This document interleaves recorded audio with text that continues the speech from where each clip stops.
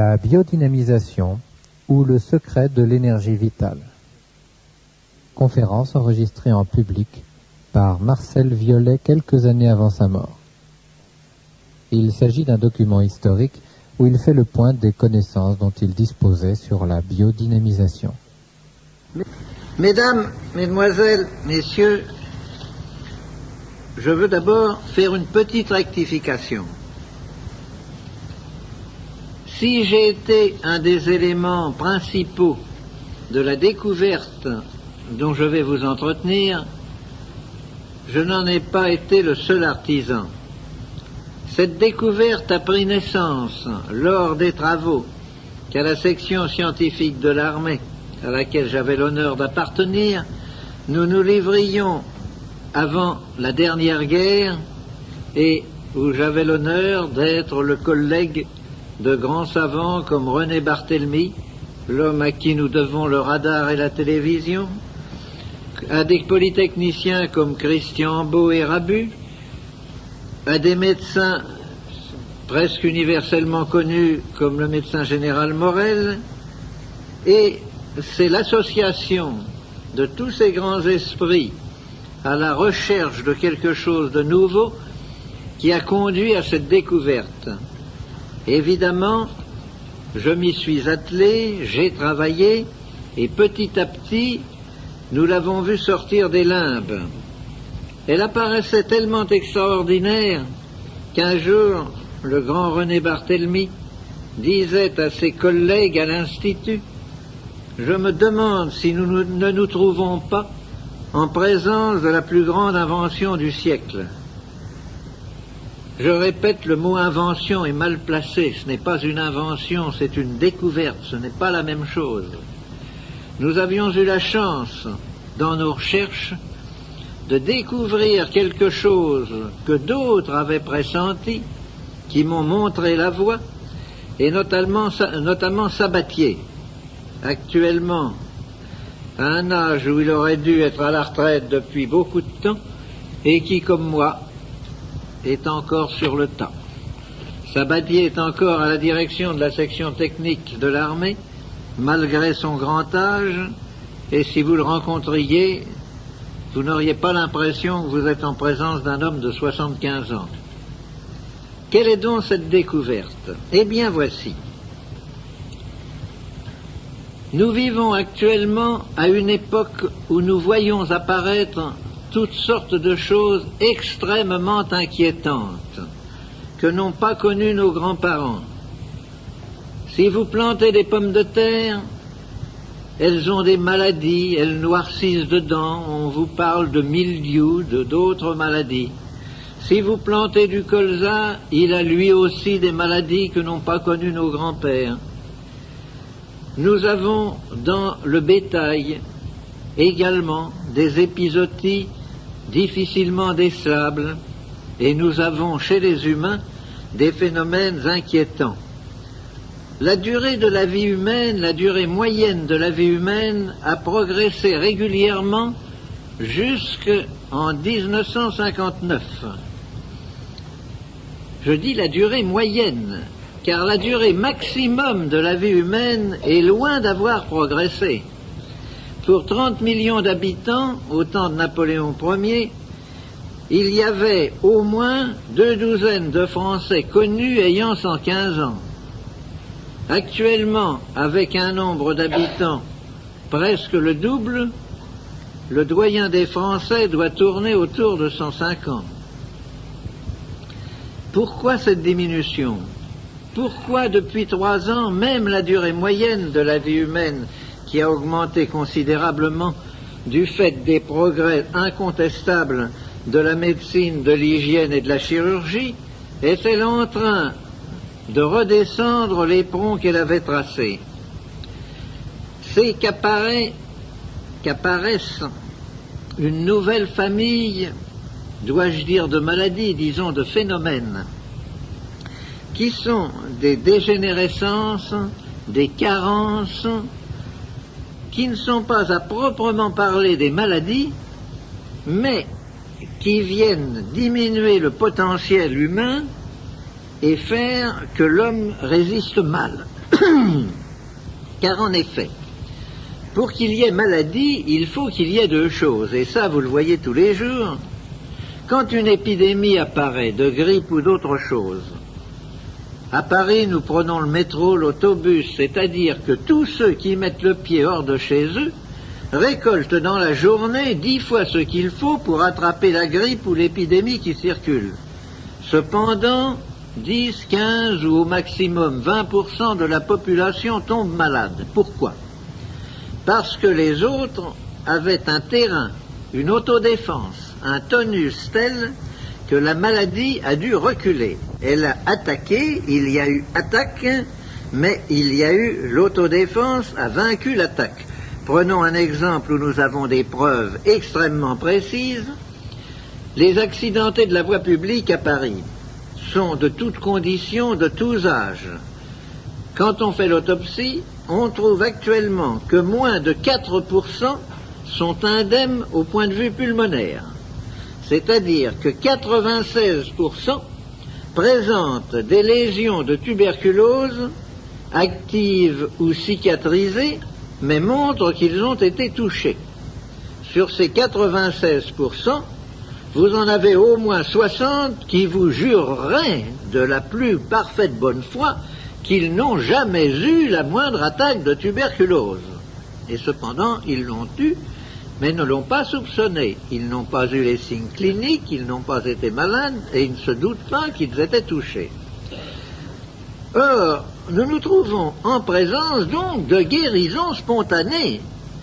Tous ces gens-là ont eu des attaques de tuberculose pulmonaire, et c'est bien une guérison spontanée qui les en a guéris. Ça ouvre tout de suite notre esprit sur certains horizons. Et il faut savoir tirer les déductions qui s'imposent.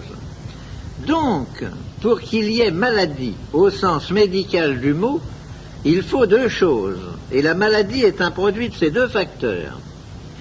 Il faut une attaque définie, n'est-ce pas? Et il faut un terrain qui permette à cette attaque définie de s'installer. S'il n'y a pas le terrain apte à laisser l'attaque se développer, elle est condamnée à l'échec. Il y a donc des individus qui ne peuvent pas tomber malades. Et j'ai la prétention maintenant d'être un de ces individus. Mais je ne suis pas tout seul, c'est que j'ai tous mes cobayes d'expérience. Or, mes cobayes d'expérience, prenez une seringue, collez du BK extrêmement virulent dedans, prenez un cobaye en parfaite santé, un de mes cobayes d'expérience, avec le même virus, piquez-les tous les deux, l'un claque en 8 jours et l'autre continue à se porter comme un charme. Pourquoi? Parce que nous sommes arrivés à développer chez nos cobayes un sens de l'autodéfense tel qu'il dépasse absolument tout ce que l'on pouvait soupçonner. Quand nous avons constaté cela, bien entendu, on sacrifie les cobayes qui ne veulent pas tomber malades pour voir un petit peu ce qui s'est passé. Et on constate des choses absolument invraisemblables que l'on n'aurait jamais soupçonnées.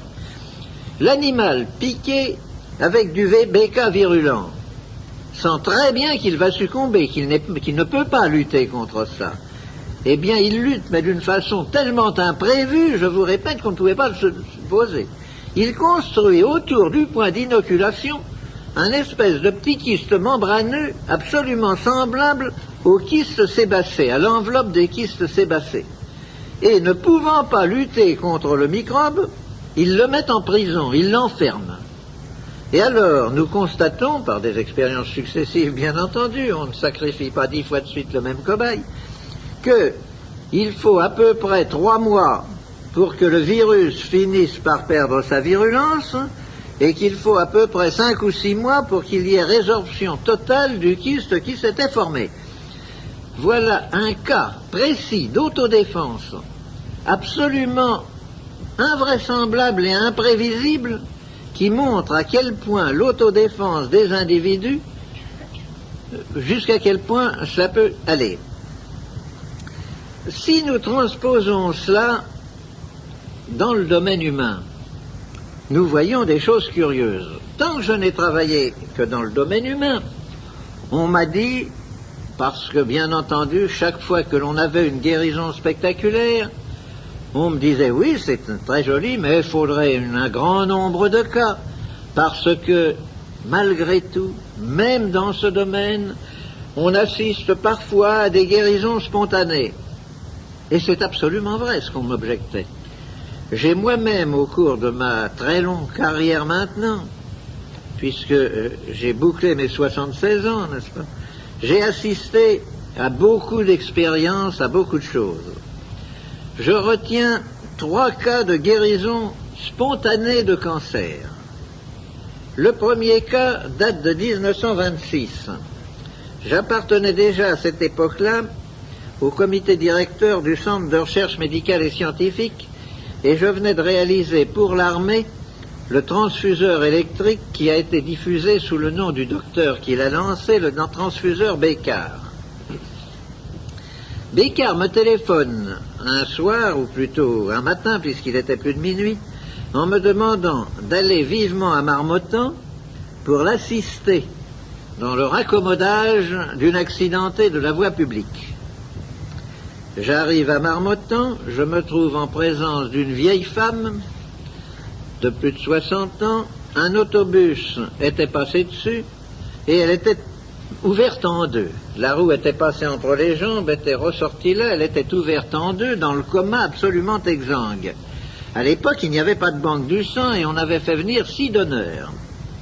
Et Bécard me dit, je crois que je vous ai dérangé pour rien, car regardez. Et nous nous trouvons en présence d'un volumineux cancer de l'utérus, et les médecins présents disent, elle en avait pour 2 mois. Eh bien, il n'y a qu'à la laisser, elle est dans le coma, c'est pas la peine de travailler dessus. Les donneurs qui étaient là commençaient à grogner en disant tout de même, on nous a dérangé pour rien, pas d'indemnité.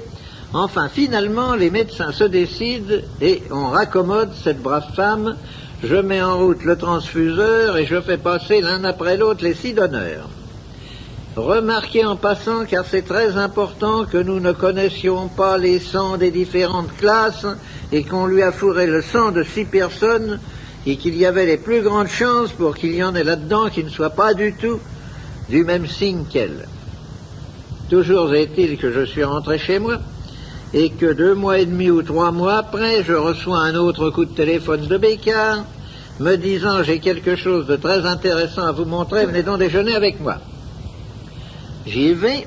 En traversant son salon d'attente, je ne fais pas la moindre attention à une vieille dame qui était assise sur un canapé et j'entre dans le bureau de Bécard qui me dit « Vous avez vu la dame qui est là ?» Je lui dis « Non, je n'ai pas fait attention ». Il me dit « Vous la connaissez bien, voyons ». Oh, je dis « Non, ça certainement pas ». Il me dit « Mais si, c'est celle pour laquelle je vous ai fait venir à Marmottan il y a 2 mois et demi. » Oh. Je lui dis « Mais dites donc, docteur, vanité et fragilité des diagnostics médicaux, qu'est-ce que vous m'avez dit à Marmottan ?» Elle me dit « Oui. » Mais écoutez, me dit-il, vous avez beau pas être médecin, Violet, vous avez tout de même des connaissances suffisantes, et vous avez des yeux. Vous avez vu, comme nous tous, le cancer qu'avait cette femme-là. Ah, j'ai dit oui, j'ai vu, il était visible, il était gros comme la tête d'un enfant. Et alors, eh bien, il me dit, il n'y est plus. Mais elle a eu une opération, quelque chose, elle n'a absolument rien eu. C'est le premier cas de régression de cancer auquel j'ai assisté au cours de ma carrière. Quelques années après, oh oui, même pas mal d'années après, un de mes camarades de promotion est atteint d'un cancer du rein. Coup de téléphone, quand puis-je venir à Paris? Toi qui as des relations dans le monde médical, trouve-moi un bon chirurgien. Enfin, il vient à Paris. J'étais d'accord avec le chirurgien pour beaucoup de choses et j'ai assisté à l'opération. L'opération a consisté à ouvrir. Le chirurgien a eu un geste devant le spectacle qui s'est offert à ses yeux. Regardez, conciliabule, absolument inopérable. On a recousu. Mon camarade est resté une dizaine de jours à l'hôpital, à la clinique, et est rentré chez lui. Et 3 mois après, j'ai eu un coup de téléphone de lui, je ne bougeais pas, me disant un de ces matins, je reçois la lettre bordée de noir. Un coup de téléphone de mon camarade, me disant, oh, excuse-moi de t'avoir laissé, je suis impardonnable, mais je veux aller à Paris d'abord pour remercier le chirurgien et te remercier toi-même vraiment devant un pareil succès. Bon, rendez-vous est pris, je téléphone immédiatement au chirurgien qui me dit non, c'est pas vrai. Je lui dis voilà ce qu'on vient de me téléphoner, je ne l'ai pas vu. Ah, il me dit amenez-le moi. Je le lui ai amené, réédition du premier cas que je vous ai indiqué. Et j'en ai eu un 3e semblable. Je n'ai pas besoin de vous le donner en détail. Par conséquent, il y a donc des cas où l'autodéfense du sujet, sous l'influence d'une action extérieure, qui n'est pas définie, remarquez, si elle était définie, nous saurions guérir le cancer, d'une action extérieure mal définie, amène la régression et la disparition de tumeurs considérées comme inguérissables. Si vous admettez que l'autodéfense dans ces cas mal définis peut arriver à ces guérisons spontanées de choses inexplicables, il faut bien admettre tout de même que pour des maladies moins graves ou plus courantes, la chose est également possible. Or, tout ce que nous faisons, et que j'ai voulu vous mettre tout de suite dans le sujet, tout ce que nous faisons n'a d'autre but que d'agir sur l'autodéfense du sujet. Pas autre chose.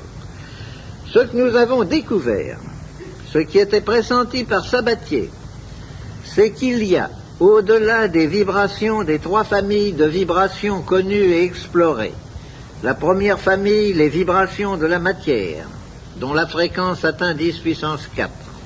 La deuxième famille, les courants électriques, dont la fréquence peut atteindre 10 puissance 12.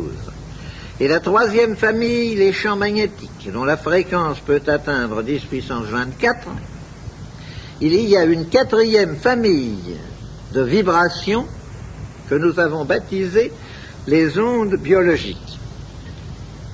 Et là, sans faire de science, en faisant du gros bon sens, je vais vous dire, mais nous avons des sens. Est-ce que nous les avons bien expliqués tous, mon sens? Vous savez tous que votre oreille détecte les sons, c'est-à-dire une petite plage de la première famille des vibrations de la matière. Vous savez tous que votre toucher détecte les courants électriques. Cependant, pas plus que dans la première famille, l'oreille ne détecte tous les sons, car elle ne détecte ni les infra ni les ultrasons, qui vont cependant beaucoup plus loin, puisque pratiquement la gamme de détection va de 16 à 10 000, n'est-ce pas, et non pas à 10 puissance 4. Pas plus dans la deuxième famille, les courants électriques, le toucher ne détecte toutes les fréquences. Au-delà de 100 000, nous ne détectons plus les fréquences. Les hautes fréquences traversent le corps sans provoquer ni sensation ni dégâts, et vous pouvez tirer des étincelles d'1 mètre de votre doigt si vous travaillez sur des courants dépassant 100 000 comme fréquence.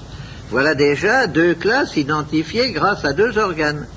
Nous en avons un 3e qui est l'œil, qui détecte une toute petite plage de la 3e famille, une octave, n'est-ce pas, la gamme des couleurs. Avant et après, l'œil ne détecte pas. On en arrive obligatoirement à extrapoler, de dire, mais si ces 3 sens-là détectent chacun une classe de vibration, et le nez, qu'est-ce qu'il vient faire là-dedans? Eh bien, le nez, justement, c'est l'organe de détection de la 4e famille, au-delà de 10 puissance 24 et jusqu'à 10 puissance 40. Comment sommes-nous arrivés à ces chiffres, puisque je vous ai dit que nous ne pouvions pas les détecter? En effet, nos moyens d'investigation actuellement plafonnent avec beaucoup de mal à 10 puissance 24. Et René Barthélemy, dont je vous parlais tout à l'heure, a passé 6 des derniers mois de sa vie à essayer de trouver le détecteur de la 4e famille. Et il ne l'a pas trouvé et il n'est pas encore trouvé. Nous en mesurons les effets, mais nous ne pouvons pas les détecter autrement que par les effets. Eh bien, nous pensons que ça va là parce que nous avons exploré avec suffisamment de soin tout depuis 0 jusqu'à 10 puissance 24, sans trouver ces radiations dont nous voyons les effets, mais que nous ne pouvons pas détecter. Et ensuite, parce qu'une loi mathématique, je vous ai donné les chiffres 10 puissance 4, 10 puissance 12, 10 puissance 24, ce sont les jalons d'une chaîne qui automatiquement, jusqu'à 10 puissance 40 et 10 puissance 72. Il y a donc peut-être une 5e famille d'ailleurs, mais nous n'en sommes pas là, nous ne sommes qu'à la 4e. Et cette 4e famille, c'est incontestablement, ce sont les ondes vitales, ce sont les ondes qui sont à la base de la vie. Vous me direz, c'est très joli de proférer une semblable affirmation, est-ce que vous pouvez le démontrer? Eh bien oui, justement, c'est que nous l'avons démontré en laboratoire, et nous ne nous prenons pas du tout pour des illuminés ou pour des envoyés de Dieu en disant que nous avons créé de la vie dans de la matière inerte. Nous avons refait en laboratoire ce qui s'est passé sur le globe alors qu'il se refroidissait petit à petit et que la vie n'était pas apparue. Nous avons mis en ampoule de l'eau de mer, filtrée avec le plus grand soin, stérilisée avec le plus grand soin par tous les moyens connus, et ces ampoules traitées, au bout d'un temps d'ailleurs très long, puisqu'il n'est jamais inférieur à 72 heures, nous avons vu apparaître dans ces ampoules des filaments, des points noirs, des nuages, et tout ceci, analysé, cultivé, s'est révélé être les filaments des chaînes de levure, les points noirs des spores de champignons et les nuages gélatineux de la matière vivante. Par conséquent, nous disons, la preuve est faite. Nous savons maintenant qu'il existe des ondes qui sont à la base même de la vie. Comment peut-on les utiliser? Je me suis décidé, j'ai mis très longtemps à me décider, parce qu'évidemment, quand on dit des choses aussi étranges que celles que je viens de vous dire, on passe ou pour un fou ou pour un charlatan. J'ai la chance en France d'être suffisamment connu, d'appartenir à suffisamment d'organismes officiels, à des commissions interministérielles, à des commissions techniques, etc., pour que, lorsque je mets ma signature en bas d'un rapport, on ne dise pas que c'est l'œuvre d'un fou ou d'un charlatan. Et puis, je suis vieux, il peut m'arriver un accident, malgré que je ne me sois jamais senti aussi jeune et en aussi bonne santé, il peut m'arriver un accident, je n'ai pas voulu courir le risque que tous ces travaux disparaissent. Le danger, s'il existe, est qu'un autre, plus heureux que moi, trouve un jour l'homologue, soit de l'électroscope à feuille d'or, soit du tube à limaille de Branly, c'est-à-dire le moyen de détection directe et immédiate de ces ondes, et s'approprie la découverte.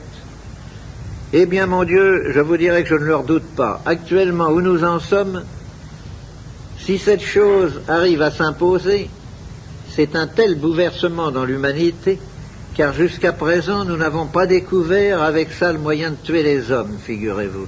Nous n'avons trouvé que le moyen de les guérir. Et c'est tellement exceptionnel à notre époque, où chaque découverte se double immédiatement d'un moyen de destruction, c'est tellement anormal que j'ai pensé que le risque valait d'être couru. Nous en sommes donc là. Mais, si vous voulez bien réfléchir, vous trouvez dans la nature toutes sortes de points d'appui et on m'en apporte tous les jours.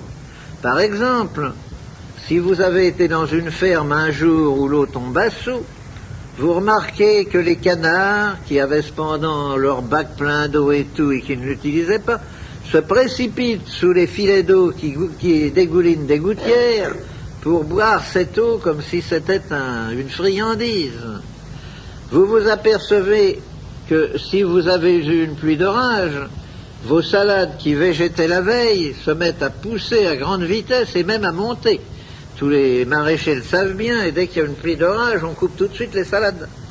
Et les mêmes maraîchers mettent de grands bassins dans le centre de leur exploitation, peu profonds, et laissent l'eau de la ville, à laquelle ils n'auraient qu'à brancher un tuyau pour faire fonctionner leur lance d'arrosage, ce qui ne leur coûterait rien. Ils laissent l'eau séjourner là-dedans 2 ou 3 jours, avant d'amener la motopompe à essence ou électrique pour la puiser et l'arroser. Pourquoi? Parce qu'ils savent que cette eau qui a subi une exposition a acquis par cette exposition des qualités qu'elle n'avait pas, des qualités vitales. J'ai fait l'expérience suivante, qui a d'ailleurs, je travaille un peu avec Jean Rostand, qui a d'ailleurs profondément troublé Jean Rostand. J'ai fabriqué environ 2 litres d'eau en faisant brûler de l'hydrogène, au bout d'un tube d'hydrogène, en recueillant la vapeur dans un serpentin refroidi pour faire de l'eau synthétique. Dans cette eau synthétique que j'avais mis dans un cristallisoire, j'ai déposé un tétard. Le tétard a eu une brusque détente de ses 4 membres et s'est immobilisé mort. Oh. On m'a dit, c'est parce que votre eau n'est pas aérée. J'ai dit, je vais refaire la même expérience et nous verrons après. J'ai fait bouillir de l'eau pour qu'elle ne soit pas aérée, je l'ai fait refroidir et j'ai mis un tétard bien vivant dedans. Il ne s'est pas détendu d'un seul coup, il a mis 5 minutes à mourir asphyxié. Donc c'était pas la même chose. Alors j'ai aéré mon eau synthétique et j'ai remis un 3e tétard dedans. Il est mort exactement instantanément comme le premier. Alors j'ai mis mon eau synthétique dans un ballon de verre, je l'ai scellé à la flamme et je l'ai posé sur mon balcon, où il est resté un peu plus d'1 mois, c'était d'ailleurs l'été. Au bout d'1 mois, j'ai cassé la pointe, j'ai reversé l'eau dans un cristallisoire et j'ai mis un tétard dedans, puis 2, puis 3, et tout ça, ça a frétillé, ça a prospéré admirablement.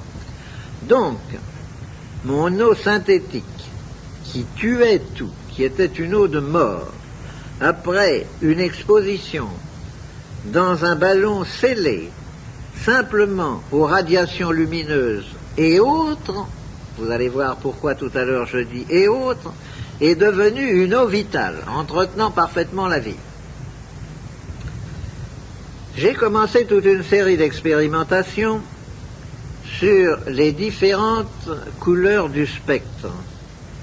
Et au cours d'une expérience que l'on aurait dit ratée, interrompue par un coup de téléphone intempestif, au cours de laquelle j'avais recouvert mes préparations d'une peau de cobaye tendue sur un cadre, j'ai constaté des choses invraisemblables.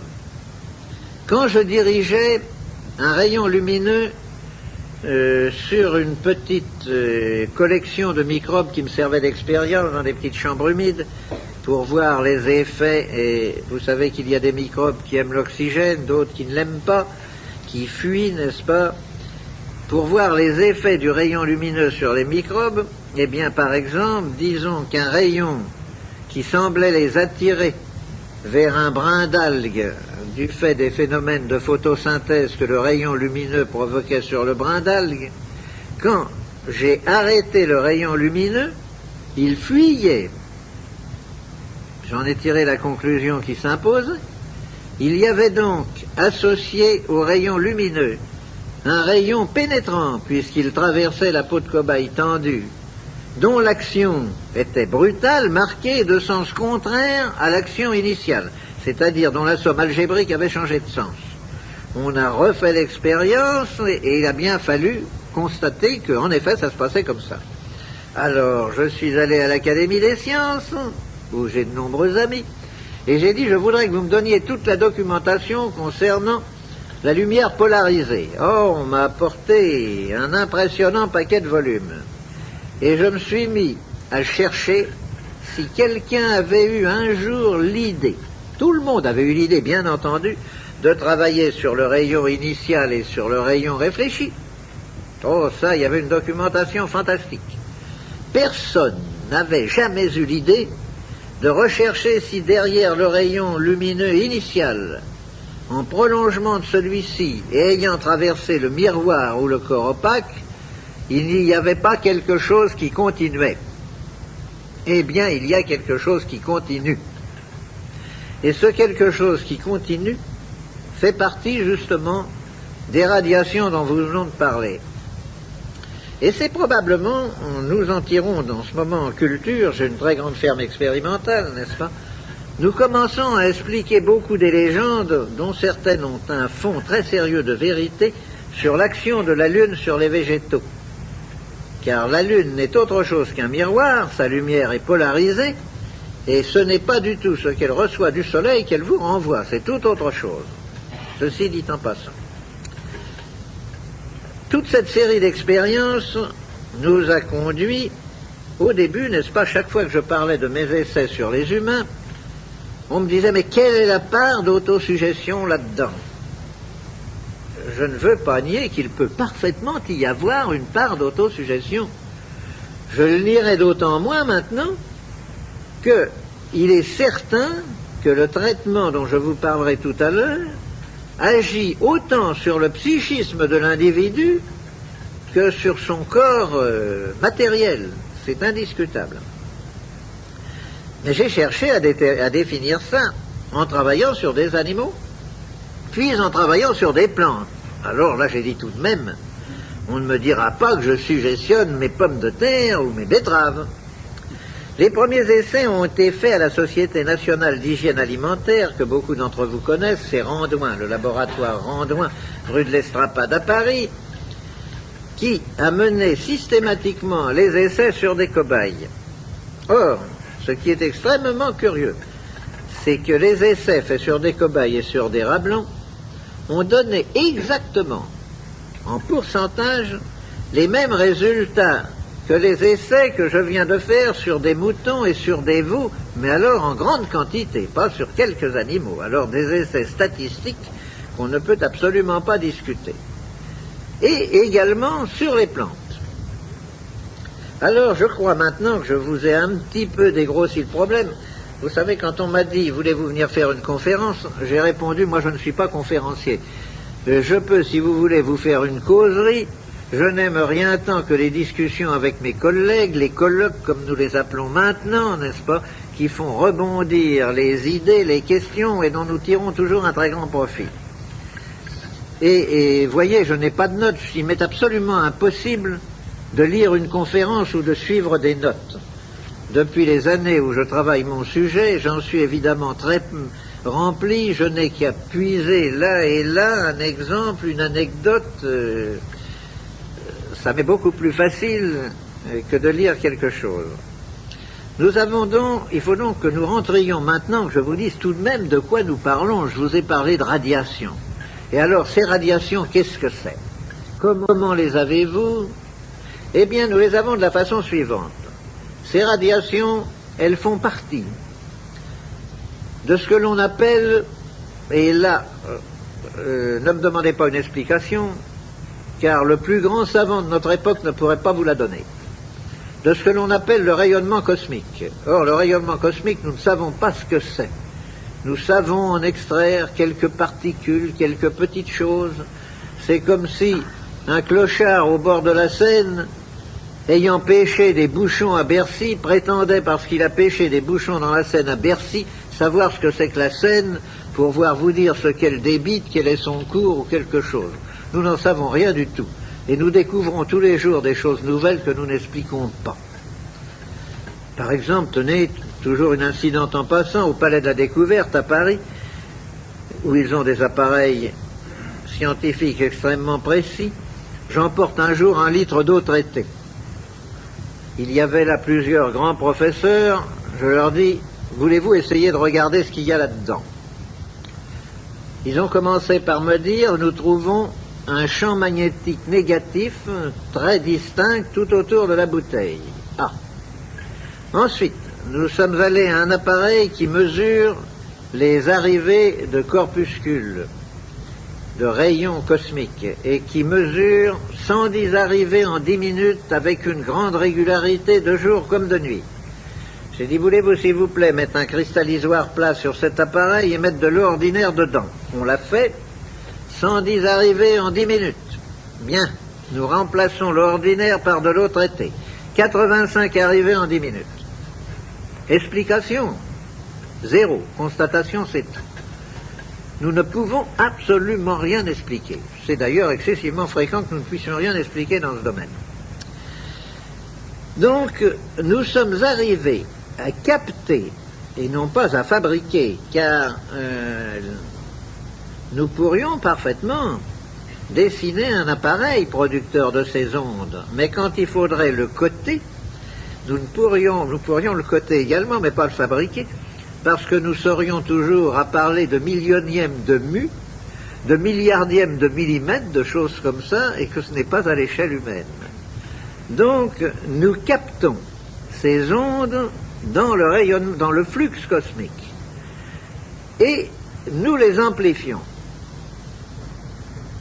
Pour les capter, l'appareil initial qui a servi à la découverte est excessivement simple, mais d'une simplicité telle, il suffit simplement d'avoir une grande antenne, et à un bout de cette antenne, vous fabriquez un condensateur. Moi, mes condensateurs, je les fais en série avec des petits accumulateurs de motocyclettes qui me servent de bac. Et je mets 2 séries de plaques en laiton au lieu de la série de plaques en plomb. Et au lieu de mettre une électrolyte, je coule comme diélectrique de la cire d'abeille. Or, le phénomène que je vais vous décrire ne se produit rigoureusement qu'avec de la cire d'abeille et rien d'autre. Quand vous avez fait un condensateur ainsi constitué, si vous analysez à l'oscillographe cathodique la décharge, vous constatez ceci. Si vous en faites un semblable avec de la paraffine, avec de l'huile, avec tout ce que vous voudrez, vous le chargiez et vous le déchargiez, vous avez un beau sinusoïde amorti, n'est-ce pas, de la décharge. Mais quand vous mettez de la cire d'abeille, au lieu d'avoir ce joli trait net de sinusoïde amorti, vous avez un trait énorme et flou. Ce trait énorme et flou, photographié au millionième de millimètre, se révèle être fait par des oscillations d'une invraisemblable fréquence qui chevauchent le trait initial et le transforment en ce trait énorme et flou. Et alors, vous en comptez, sur un seul élément de la sinusoïde, vous en comptez 200 ou 300. C'est-à-dire que la fréquence est absolument invraisemblable. Or, j'ai eu la surprise de découvrir, en travaillant à l'Académie des sciences, dans un bulletin récent, les travaux de 2 savants hindous qui venaient de découvrir en même temps que moi le phénomène, et qui avaient fait un rapport à l'Académie des sciences sur ce qu'ils ont appelé, la traduction, les grâces harmoniques, les harmoniques en forme de gazon, provoquées par la présence de cire d'abeille sur les électrodes d'un appareil à décharge. Il est évident que ces ondes, ces fréquences, nous nous trouvons maintenant, nous y sommes dans notre famille d'ondes biologiques. Nous faisons donc, je vous ai dit ce qu'était le premier appareil. Une antenne, un condensateur à 2 bornes. À l'autre bout du condensateur, il y a un bout de fil. Ce bout de fil, on a cherché qu'est-ce qu'il pouvait bien y avoir dessus. Et là, les surprises, alors, ont dépassé toutes nos connaissances. Nous n'avons rigoureusement rien trouvé.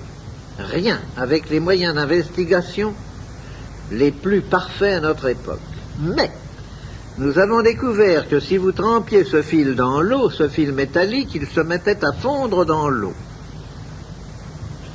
Mais d'une façon telle que des pesées successives arrivent à déterminer avec précision la courbe de fusion, et quand il cesse de fondre, on sait que l'eau est en son maximum de charge. Puis nous avons découvert autre chose. Un beau jour, nous avons découvert que un crayon d'électricien chercheur de pôle s'allumait sur le fil où il n'y avait aucune espèce de courant décelable. Je suis allé chercher, ça c'était dans les travaux avec Barthélemy.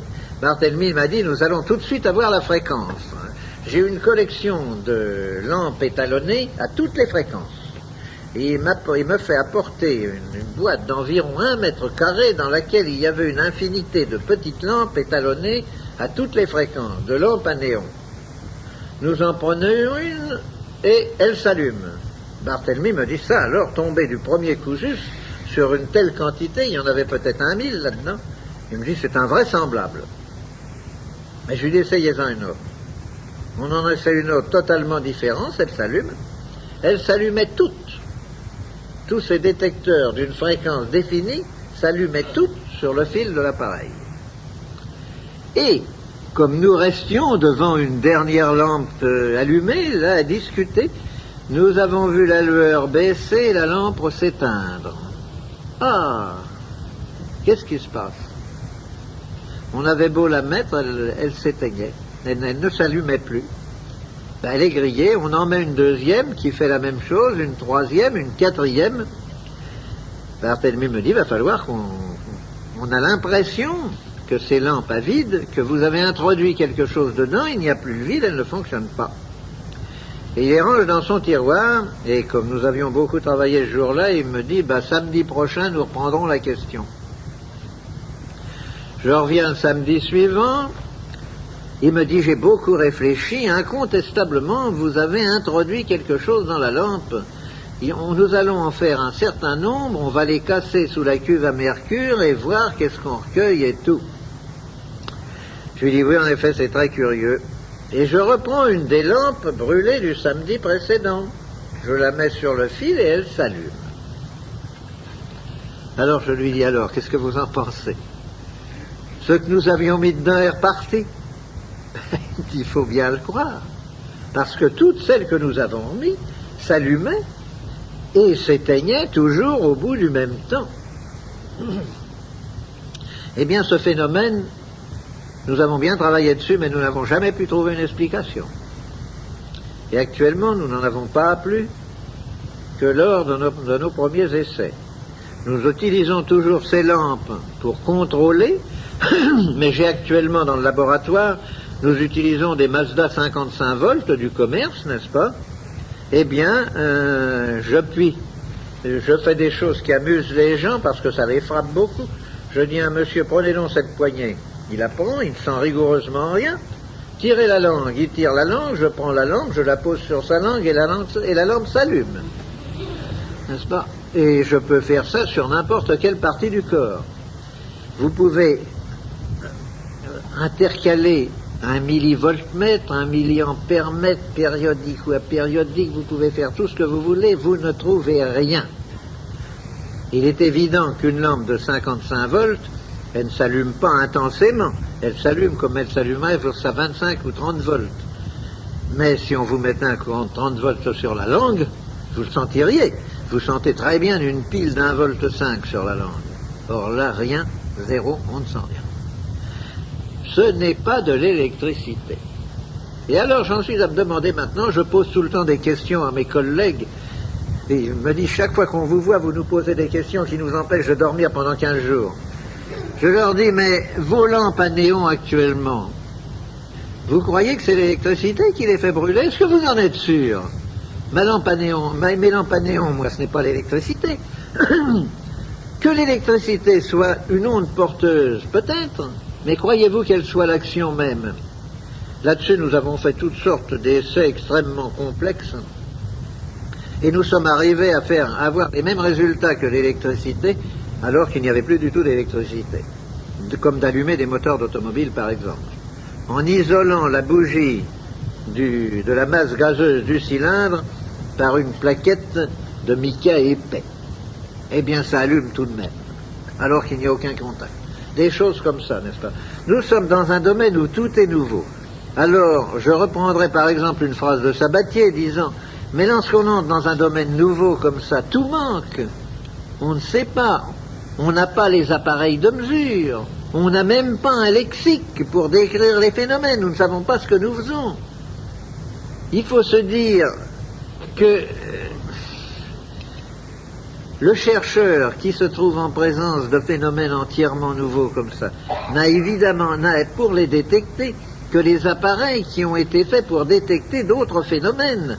J'ai utilisé tous les appareils qui ont été faits pour détecter les 3 familles connues d'ondes vibratoires, mais tous restent résolument muets devant des phénomènes semblables de la 4e famille, comme la lampe qui s'allume. on penserait qu'on va avoir une réaction d'une boussole, d'un électroscope, de quelque chose. On n'a aucune réaction. C'est autre chose qui se produit. Ceci conclut la première phase de cette conférence. Pour avoir la suite, veuillez retourner maintenant votre cassette.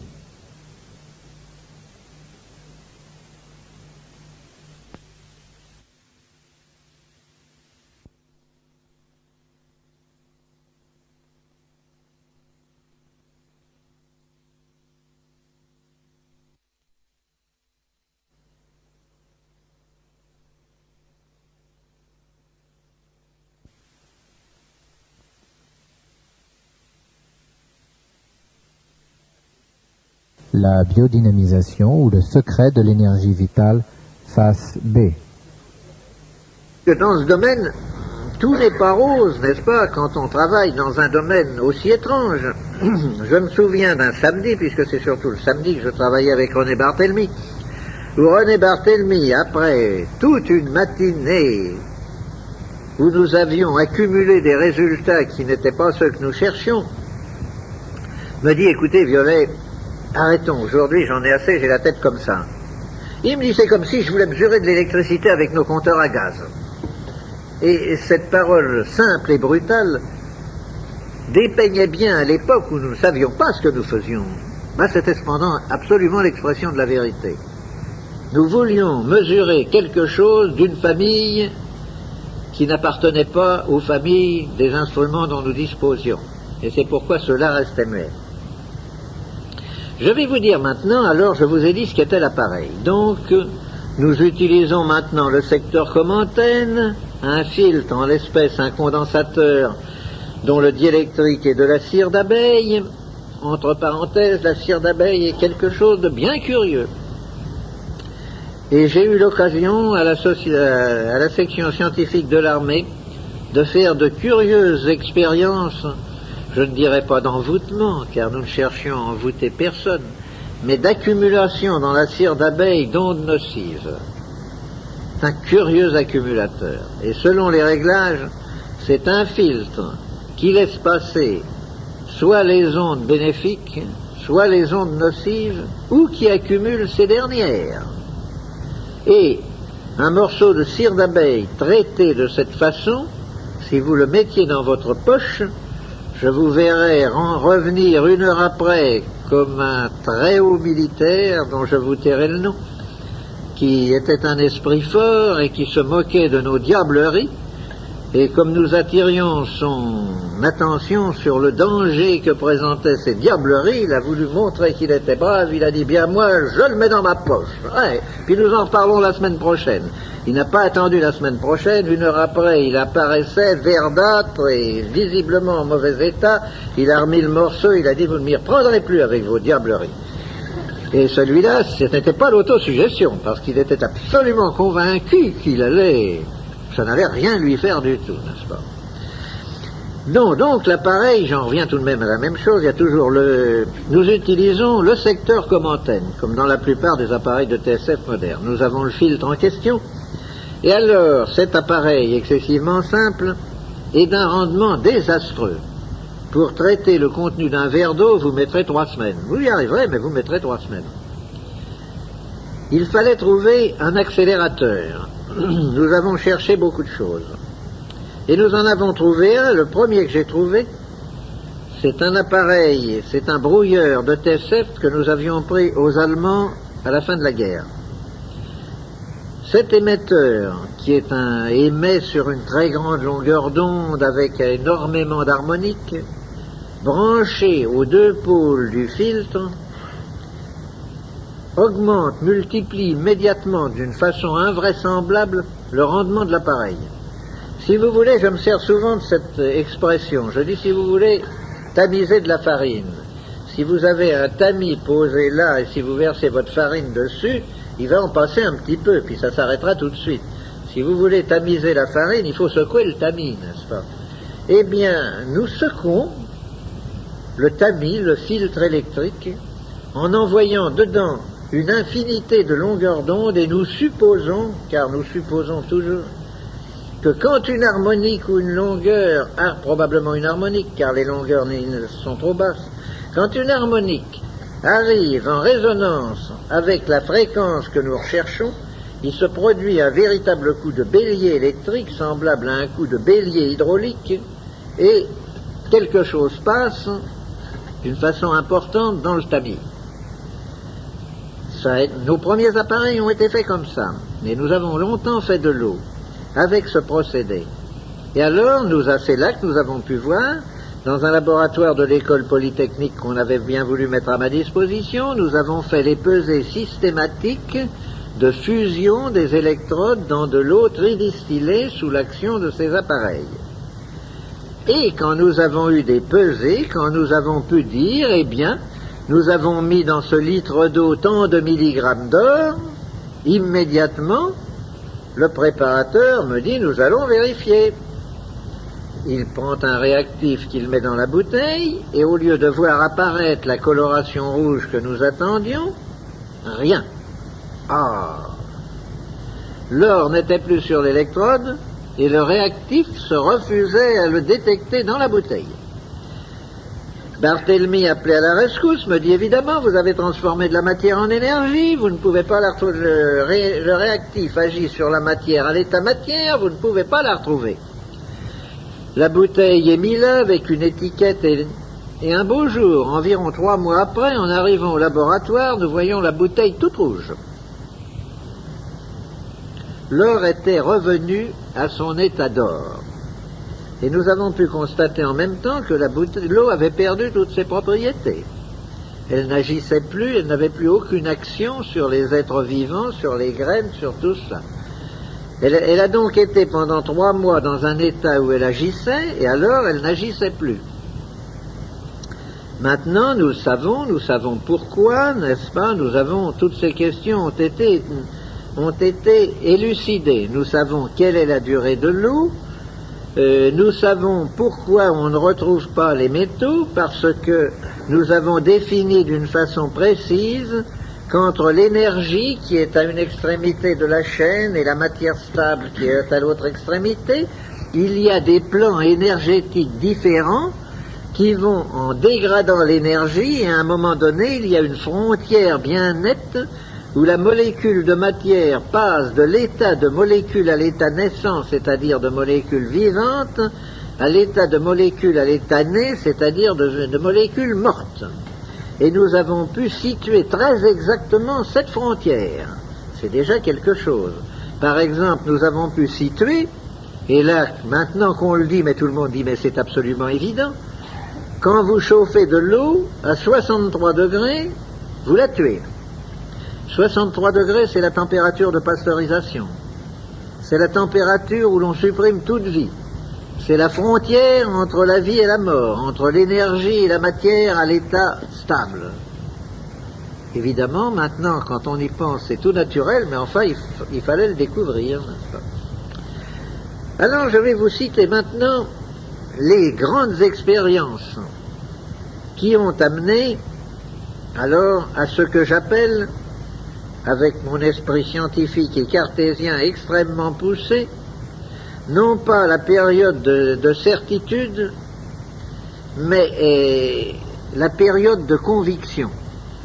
La période de certitude, nous l'aurons quand nous aurons découvert l'appareil de mesure.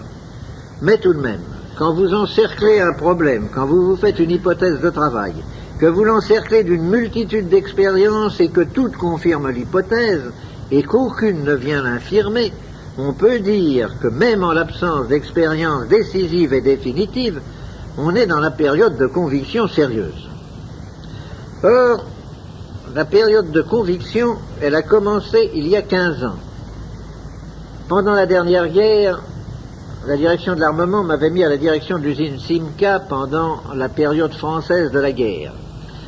Pendant la période d'occupation, j'ai pris la direction de l'usine Técalémite d'Orly.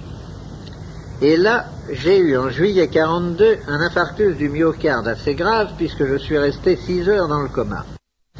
Il faut vous dire qu'en 14, j'étais pilote de chasse, que je me suis fait descendre également en juillet, c'est un mois qui ne me réussit pas, que j'ai été trépané, qu'en novembre, alors que j'étais encore en bien mauvais état, j'ai attrapé la grippe espagnole, que bien entendu j'ai failli en claquer et que j'en suis sorti extrêmement touché.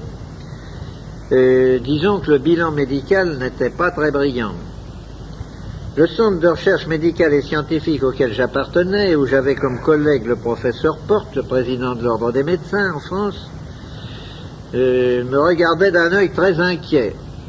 Bien entendu, j'ai dû arrêter tout travail et je suis devenu un très vieux monsieur.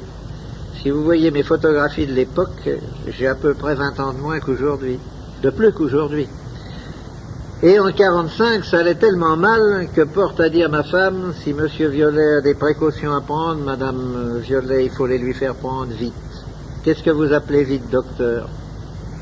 2 mois, peut-être 3. Or, à l'époque, j'avais déjà constaté que cette eau avait une action indiscutablement tonique sur les organismes vivants, mais quand j'ai parlé à des médecins de faire des essais, ils ont levé les bras au ciel, en me disant « Ouh, pensez-vous que nous allons utiliser ça? Vous nous dites vous-même que vous êtes à des fréquences au-delà des rayons X. Or, vous savez ce qu'ont donné les séquelles des rayons X, n'est-ce pas? Il faut faire toutes sortes d'essais avant parce qu'on ne sait pas et tout. Mais moi qui voyais très bien où j'en étais, j'ai dit les séquelles, ça peut intéresser d'autres, les résultats, retardement, ça peut intéresser d'autres. Moi actuellement ça ne m'intéresse pas, tant pis. Je risque le paquet. Et je me suis mis à boire de cette eau d'une façon d'ailleurs absolument déraisonnable. Le résultat est absolument stupéfiant. 4 à 5 mois après, je ne présentais plus la moindre trace de l'infarctus du myocarde. Je n'avais même pas dans les diagrammes ce qu'on appelle la cicatrice de l'infarctus. Et quand je suis rentré à Paris et que je suis allé voir Porte, qui avait pris la précaution avant de me laisser tenter l'expérience de me prendre des radios, toutes sortes de contrôles et tout, et qu'on a superposé mes radios à celles prises 5 mois avant, on a eu la stupéfaction de constater que certaines choses considérées comme impossibles actuellement médicalement s'étaient produites. Par exemple, que l'aorte déroulée et spiralée que j'avais 5 mois auparavant s'était presque complètement reconstituée. Et actuellement, j'ai une aorte normale. Et si je montre à un docteur mes radios de 45, il me dira c'est pas vous. Et cependant, il y a certains détails d'accidents osseux de ma carrière, de ma longue carrière sportive, qui montrent que c'est cependant bien le même individu, qu'il n'y a aucune contestation possible. Alors nous avons commencé à essayer. C'est là que l'on a craint, on m'a dit oui, mais vous êtes un vieux bonhomme, quels sont est-ce qu'il ne va pas y avoir des mutations génétiques et tout cela? C'est là que nous avons commencé à élever des cobayes, les enfants, et puis les enfants des enfants des enfants, et nous sommes arrivés à la 7e génération. Quand nous avons eu la certitude qu'il n'y avait pas de mutation génétique, j'ai dit, vous allez me débarrasser le labo de tous ces cobayes. Nous avons offert aux laboratoires qui les achètent des cobayes en leur disant, contrairement à ce qu'on vous offre habituellement, ce n'est pas du cobaye juste d'arriver à l'âge adulte, il y en a, mais il y en a qui se portent admirablement, que nous avons élevés pour faire des recherches sur les modifications génétiques, ça ne fait rien, ça va très bien. 15 jours à 3 semaines après, tous les cobayes rentraient, on ne peut pas faire d'expérience avec, on ne peut pas les rendre malades. C'est là que nous avons découvert l'histoire que je vous ai racontée tout à l'heure, de la piqûre qui ne rend pas le cobaye malade, et que nous avons découvert toute l'histoire. Et puis les essais ont continué. On a fait des essais chez Randouin, sur des rats, sur des cobayes. Tous les résultats ont été publiés. Et puis un jour, un docteur m'a dit, moi je risque le paquet. Cet homme-là, je vais vous dire son nom parce qu'il mérite, l'humanité lui doit quelque chose d'énorme. Sans lui, ça ne se serait pas développé comme ça. C'est le docteur Ghislain, le député maire de Roubaix, médecin-chef de l'hôpital de la Fraternité à Roubaix, qui est le plus grand hôpital de France. Il m'a dit, envoyez-moi vos appareils, il n'y a qu'un moyen de savoir si vraiment vous ne vous trompez pas. Nous allons mettre tout l'hôpital pendant 6 mois au régime de votre eau. Tout l'hôpital, le médecin-chef en tête, les infirmiers, le personnel hospitalier, les malades, les femmes en couche, les opérés, tout le monde y est passé.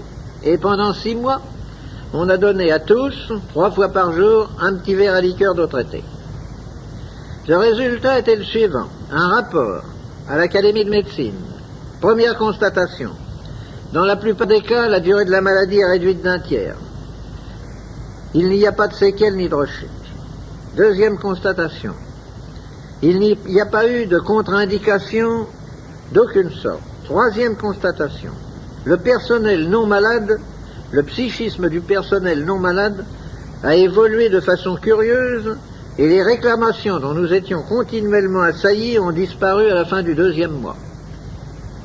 À la suite de ce rapport, bien entendu, l'Académie de médecine a publié dans ses bulletins à 2 reprises des rapports extrêmement élogieux sur les résultats que donnait le traitement par cette eau.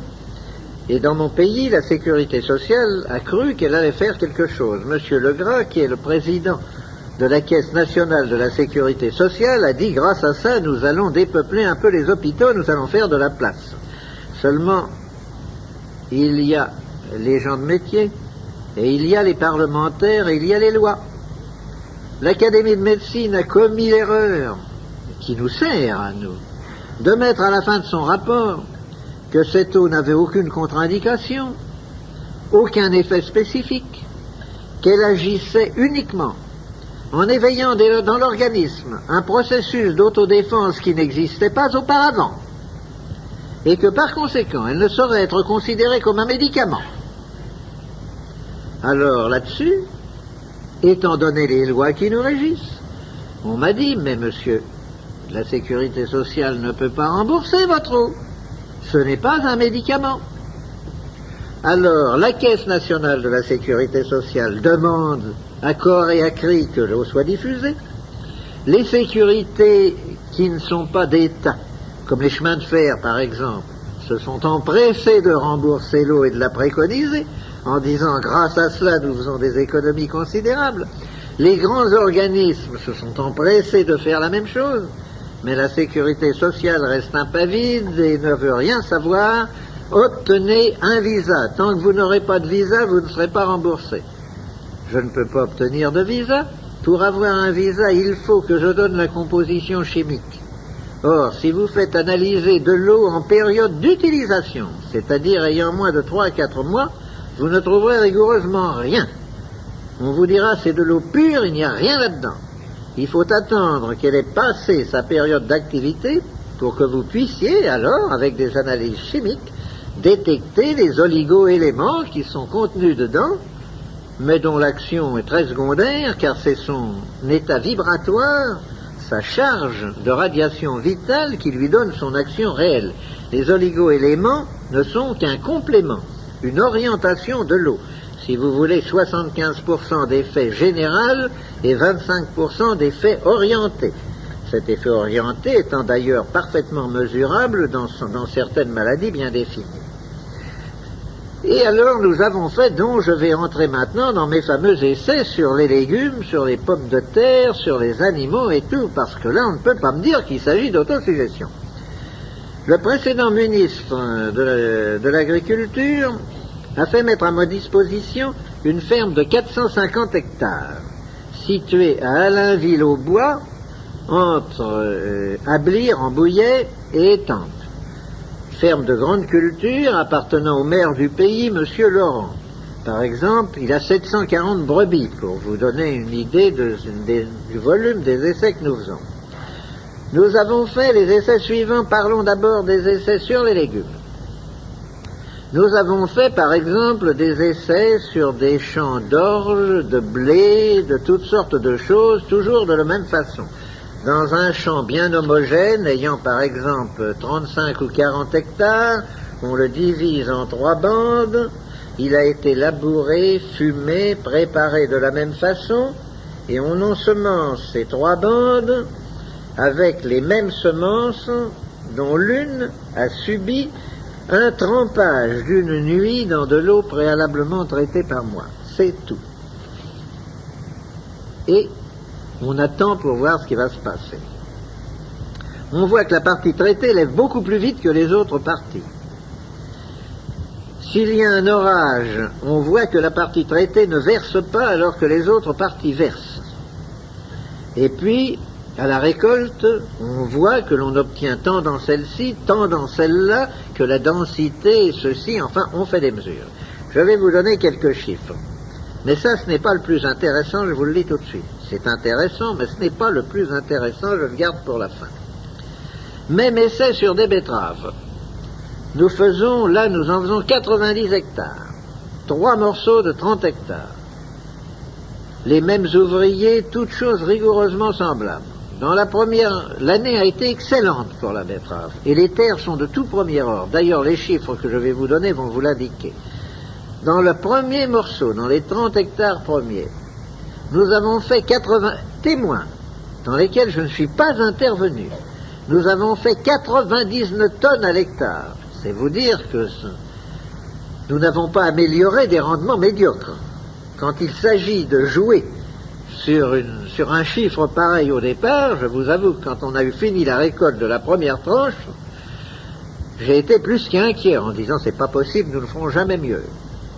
La deuxième tranche, même graine, ayant passé la nuit dans l'eau traitée. Et nous avons tout de même fait 113 tonnes à l'hectare, 14 tonnes de plus. Et dans la troisième branche, alors là, incroyable, où nous avions, en plus du trempage initial de la graine, fait une pulvérisation à raison de 10 mètres cubes à l'hectare, donc une toute petite pulvérisation, nous avons récolté 126 tonnes à l'hectare. Mais alors que dans le premier morceau, nos betteraves faisaient très régulièrement 2 kilos, à quelques grammes près. Dans le deuxième, elles faisaient très régulièrement 2,2 kg. Nous avons ramassé dans le troisième des betteraves de toutes dimensions, dont un grand nombre atteignait 8 kilos. C'est-à-dire un gigantisme démesuré. Ceux d'entre vous qui liront ce livre verront dedans une photographie de carottes, faite sur la carotte de nos marchés, des carottes de Croissy. Nous avons fait la même expérience. La carotte de Croissy est généralement récoltée quand elle pèse 40-50 grammes au maximum. Si vous en oubliez une en terre, vous arriverez à une carotte qui atteindra peut-être 180 grammes, mais ça sera un morceau de bois, vous ne pourrez pas la manger, elle sera fendue, ligneuse et tout. Et nous avons récolté des carottes d'1,2 kg parfaitement tendres, dans le même délai de 8 semaines que nos carottes témoins. La photographie est sur une des pages. Vous voyez que c'est déjà pas mal, mais ça n'est pas le plus beau. Le plus beau, je l'ai gardé pour la fin, parce que vraiment, il est beau par ses résultats, mais surtout par ses conclusions. La Terre est en train de subir une période de dégénérescence qui n'est probablement pas momentanée.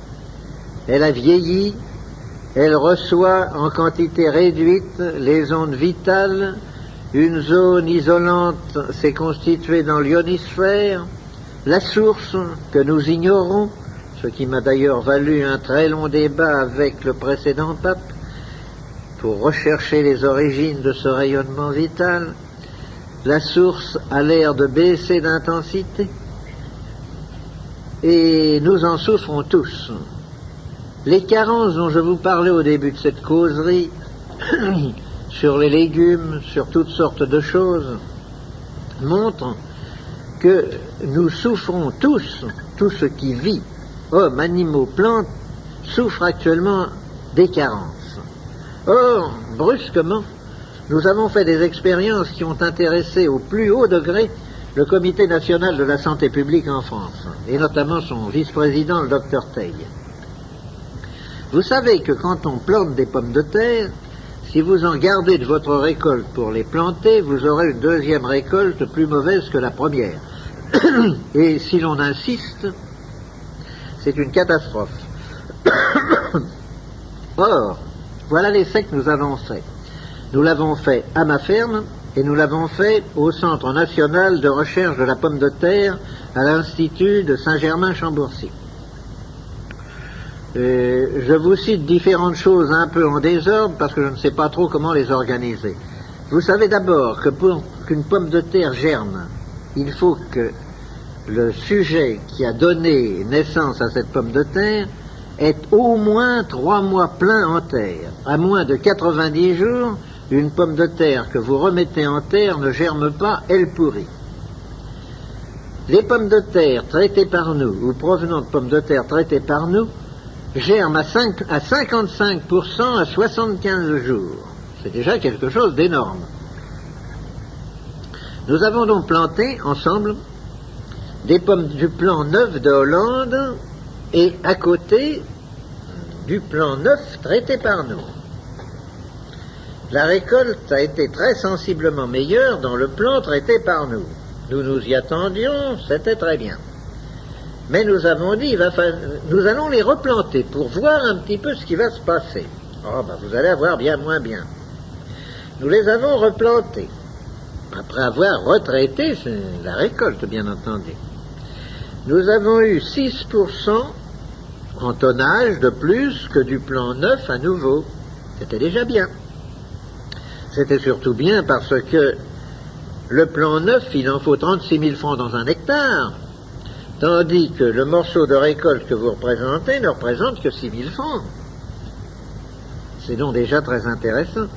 Mais quand nous avons envoyé ces pommes de terre à analyser, il s'agissait de pommes de terre industrielles, Panthère et Voran. La féculerie a été immédiatement alertée en nous disant « Qu'est-ce que c'est que ça ?» Eh bien, vous le voyez bien, ce sont des Panthères et des Vorans. D'où viennent-elles? Pourquoi? Il y a 23% de fécule au lieu des 17 que nous sommes habitués à trouver dans ces pommes de terre. Ah, tiens. Nous avons encore conservé du plan dans cette récolte. Nous l'avons retraité, nous l'avons replanté. 27% de fécule. Là-dessus, je reçois la visite d'une délégation des féculiers de France en me disant, ben c'est bien simple, vous allez nous mettre tous en faillite. Parce que le marché de la fécule est très limité. Si nous nous mettons à traiter des pommes de terre à 27% de fécule, d'abord les gens ne vont plus nous acheter de semences, c'est nous qui sommes les fournisseurs de la semence d'abord, les acheteurs des pommes de terre, nous les traitons, mais au lieu de 4 mois de saison de pommes de terre, n'est-ce pas? Mais en 2 mois et demi, nous allons faire la quantité de fécule. Et puis nous n'allons pas acheter la quantité que nous achetons, puisqu'avec vos 27% de fécule, il en faut presque moitié moins. Ça ne va pas, nous allons sauter. Si vous répandez votre procédé, nous allons sauter. J'ai dit, vous n'allez pas sauter parce que vous faites le raisonnement que tout le monde a fait chaque fois qu'il y a eu l'apparition d'un progrès. Qu'on fait les tisserands de Lyon quand le métier mécanique est apparu. Or, il y a actuellement 3 ou 4 fois plus de tisserands quand il y avait le métier à main, n'est-ce pas? Chaque fois qu'une nouveauté apparaît, évidemment, elle bouleverse les états de choses. Il faut évoluer, il faut se reconvertir. Vous vendez la fécule très chère, ce qui limite ses emplois à très peu d'industrie, car l'alimentation n'en consomme qu'environ 3%. 97% vont à l'industrie. Par conséquent, la fécule est limitée par son prix. Si vous produisez de la fécule à moitié prix, eh bien, vous allez voir s'élargir le marché. En ce moment, je fais mon métier d'ingénieur conseil en vous disant ce qu'il faut faire quand on se trouve en présence d'un problème comme celui qui m'est soumis. Les choses en sont là, et on est en train, bon gré mal gré, de travailler la question, parce qu'évidemment, pour eux, c'est une question de vie ou de mort. Mais l'intéressant, c'est que nous nous sommes rendus maîtres des carences, nous avons empêché la dégénérescence, les essais faits à Chambourcy-Saint-Germain, les terres autour de Paris sont toutes contaminées. On ne peut pas y faire de pommes de terre qui n'est pas le mildiou. Vous mettez de la semence neuve en provenance de Hollande, il y a du mildiou. Il n'y en a pas beaucoup, mais il y a du mildiou. Dans le même terrain, vous mettez des pommes de terre de 2e ou de 3e récolte traitées par nous, il n'y a pas de mildiou. C'est la preuve que l'on peut se rendre maître des carences et que lorsqu'on se rend maître des carences, la maladie, même endémique, même chronique, même présente, ne peut rien. Et c'est ce qui intéresse tellement, évidemment, le comité central de la santé publique chez nous. C'est cette expérience qui, de toutes, à mon avis, est la plus intéressante. Contrôle sur des animaux. Je vous ai dit tout à l'heure qu'il y avait 740 brebis. Au moment de l'anglage, évidemment, il naît une tripotée de petits agneaux tous les jours. Nous avons pris ces agneaux, s'il y en avait de trop faibles ou d'anormalement forts, on les écartait, et nous avons fait 2 lots d'agneaux de 50 agneaux absolument semblables. mais à quelques grammes près. Nous les avons mis dans 2 bergeries à côté l'une de l'autre, et nous leur avons donné une nourriture pesée. Tous les 2 buvaient l'eau du puits de la ferme, mais les premiers telle qu'elle sort du puits, les deuxièmes après qu'on les fait passer dans l'appareil de traitement. Au bout de 100 jours, le premier lot d'agneau était à 35 kg poids marchand et donnait 17 kg 200 de viande nette par agneau. Il a fallu 120 jours au deuxième lot, c'est-à-dire 20 jours de nourriture de plus, de frais de bergerie, de berger, de toutes sortes de choses, pour atteindre le même poids marchand de 35 kg, et une fois dépouillé, au lieu de peser 17 kg 200 de viande nette de toute première qualité, il pesait 16 kg 080 de viande nette d'une qualité moindre. Gain pour l'exploitant par agneau, 1 kg 120 de viande nette et l'économie de 20 jours de nourriture et de bergerie, c'est-à-dire une économie considérable. Alors, ces essais statistiques faits sur des quantités d'animaux viennent confirmer le rapport de Randouin sur les rats, rapport dans lequel elle disait, pour gagner 1 gramme de poids, si je donne à mes rats de l'eau, il faut 56 grammes de nourriture, et si je ne leur en donne pas, il faut 79 grammes. Nous retrouvons sur des animaux supérieurs les mêmes pourcentages, les mêmes chiffres que nous trouvions chez Randouin. Et alors, sur les gens, dites-vous, alors ça va nous faire devenir obèses? Eh bien, pas du tout. C'est que sur les gens, ça n'a pas du tout cette action-là. Ça ne modifie pas en apparence votre appétit, mais ça accélère le moment où vous êtes rassasié. Et j'ai toujours été un assez bon vivant et un gros mangeur. Eh bien, je mange incontestablement beaucoup moins que je ne mangeais quand je ne prenais pas d'eau. Un très grand docteur de Paris m'a dit un jour, je vais faire un essai. J'ai une occasion unique. J'ai un couple, la femme pèse 108 kilos, le mari, lui, il est à 47. Alors évidemment, je vais essayer quelque chose. Je vous les envoie, donnez-leur de votre eau, que nous voyions ce que ça fait. D'abord, il a fallu dépenser énormément de salive pour leur faire comprendre qu'ils devaient boire l'eau tous les 2 de la même bouteille. Le mari me disait comme un leitmotiv, mais si ça fait maigrir ma femme, moi ça va être une catastrophe pour moi. J'avais beau lui dire, mais non, c'est un régulateur glandulaire, elle est trop grosse, il y a des glandes qui ne marchent pas, vous êtes trop maigre pour la même raison, mais ce sont d'autres glandes, on va remettre votre hypophyse en route et vous allez voir. Enfin, il ne comprenait pas, mais il l'a fait tout de même. Mais le résultat a été ce que Gautier attendait. La femme s'est mise à maigrir et le mari a engraissé. Par conséquent, vous n'avez pas à redouter de devenir gros ou maigre en buvant de cette eau. J'en bois depuis 15 ans, je pèse 63 kilos. Je peux faire n'importe quoi, je pèse 63 kilos. Mes fonctions officielles en France m'amènent à assister beaucoup plus souvent qu'à mon tour à des réceptions, à des banquets, à toutes sortes de choses, et à faire beaucoup d'écarts de régime. Ça n'a absolument aucune espèce d'importance. J'ai ma femme, je vous dirais que ça fait 42 ans que je suis marié, n'est-ce pas? Je ne vous dis pas son âge, mais vous le déduirez facilement. J'ai ma femme ses amis sont extrêmement étonnés qu'elle puisse manger des petits gâteaux, de la crème, être très gourmande et tout, et rester non pas maigre, car elle n'est pas maigre du tout. Elle mesure 1,67 m et elle pèse 58 kilos, mais elle peut faire également tout ce qu'elle veut. Elle peut aller passer 2 mois en Normandie et abuser des sols à la crème, des maquereaux à la crème et de toutes les bonnes choses qu'il y a dans ce coin-là. Elle ne bouge pas d'un gramme. On dirait que c'est un régulateur, n'est-ce pas?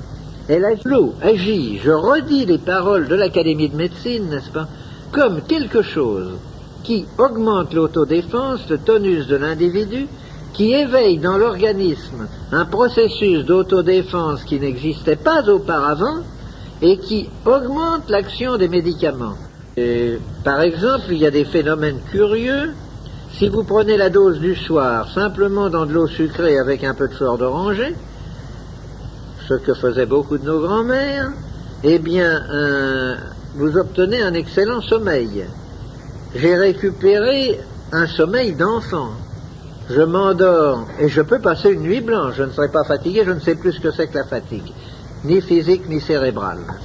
Je peux conduire, je dirige un certain nombre de grosses affaires et il m'arrive couramment de prendre ma 403 à 6 heures du matin à Paris pour m'en aller à Vence, où je dirige la compagnie d'eau minérale, où j'arrive à 6 heures du soir à Vence, ayant fait 980 km et n'étant pas fatigué du tout. Je peux parfaitement passer une nuit au volant, je ne suis pas fatigué. Si je me couche à l'heure habituelle, à 10 heures, je serai endormi et je me réveillerai à 7h moins 5 avec une régularité splendide. Alors que j'avais perdu le sommeil, évidemment, ce qui était normal, j'étais fatigué quand le soir arrivait, la dernière bouchée, je tombais sur le lit, je me réveillais à minuit et demi, je me retournais pendant 3 heures avant de me rendormir, et à 7 heures du matin, quand le réveil sonnait, je commençais par discuter avec moi-même, savoir s'il n'y avait pas moyen de gagner encore un bon moment à rester couché. Maintenant, à 7h moins 5, je suis réveillé, frais et dispo, avec envie de me lever, et pas du tout envie de rester couché. Si je cesse de prendre de l'eau pendant plus de 15 jours ou 3 semaines, je commence à retrouver mon âge. Alors, comme nous sommes fâchés depuis 15 ans, j'ai pas envie de le revoir, je reprends vivement de l'eau. Si quelqu'un se portant bien boit de l'eau, qu'est-ce qu'il ressent? Au début, rien.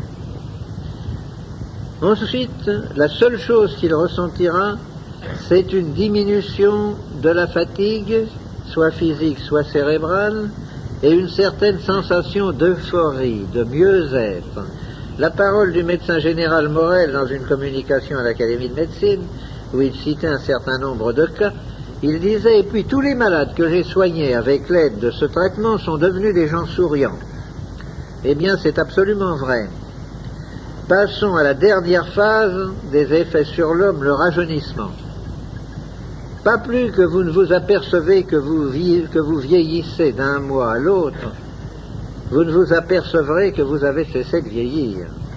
Il n'y a que si vous prenez l'eau d'une façon régulière, et n'étant pas un médicament, étant un aliment énergétique, qui combat les carences, qui sont de tous les jours, de toutes les heures, il faut prendre de l'eau d'une façon régulière. Quand il y a maladie, il faut en prendre 1 gramme par kilo d'individu et par jour. Quand il n'y a pas maladie ou quand la maladie est passée, il faut en prendre le tiers de cela, ça suffit largement. Actuellement, j'en prends un petit verre à liqueur le matin depuis déjà plusieurs années et c'est tout. Et j'ai vraiment l'impression qu'il m'est impossible de tomber malade. Maintenant, il peut y avoir n'importe quoi, je suis sûr que je ne tomberai pas malade. Et au point de vue vieillissement, ben mon Dieu, nous ne l'avons aperçu qu'à la longue, l'histoire du vieillissement. Nous ne l'avons aperçu qu'à la longue quand je me suis aperçu, après plusieurs années, que je récupérais des fonctions disparues, que je pouvais faire un certain nombre de choses que je ne pouvais plus faire, que la longueur des trajets que je pouvais faire en voiture s'allongeait avant que la fatigue se fasse sentir. Ça n'est qu'à la longue, et alors où ça s'est bien senti, c'est lorsque beaucoup d'anciens élèves de Polytechnique se sont donné le mot et se sont mis à prendre systématiquement et régulièrement de l'eau, et que dans un déjeuner ou dans un dîner de promotion, on reconnaissait immédiatement ceux qui prenaient de l'eau violet et ceux qui n'en prenaient pas. Vous avez eu récemment la visite d'un très grand professeur de l'Académie de Montpellier, n'est-ce pas, de la faculté de Montpellier. Eh bien, si Pêche était à côté de moi et que vous nous demandiez nos âges respectifs, je crois que vous vous feriez un écart d'au moins 20 ans et vous vous tromperiez dans le mauvais sens, n'est-ce pas? Et ça, c'est fréquent, ça apparaît. Maintenant, moi je suis des arts et métiers de Lille. Eh bien, nous avons aux arts et métiers notre président Ramas, qui n'est pas un président Soliveau, il a 93 ans, et il préside nos déjeuners, nos dîners, nos réunions, n'est-ce pas? Et si vous lui demandez le secret de sa longévité, il vous répondra, voyez, violet. Et nous en avons un certain nombre comme ça, beaux que vous connaissez. Et donc, pour terminer, Ne croyez pas que c'est un médicament, que c'est une panacée universelle.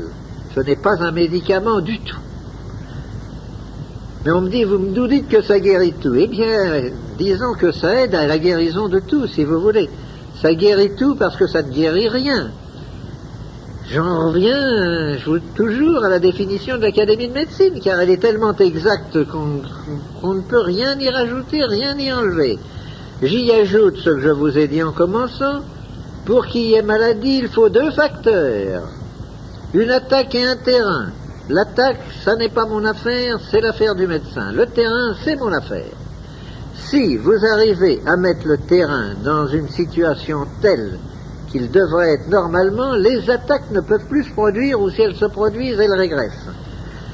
Je suis comme vous, il m'arrive quand je prends le métro d'attraper la grippe. Seulement chez moi, une grippe dure 6 heures. Ça ne va pas plus loin.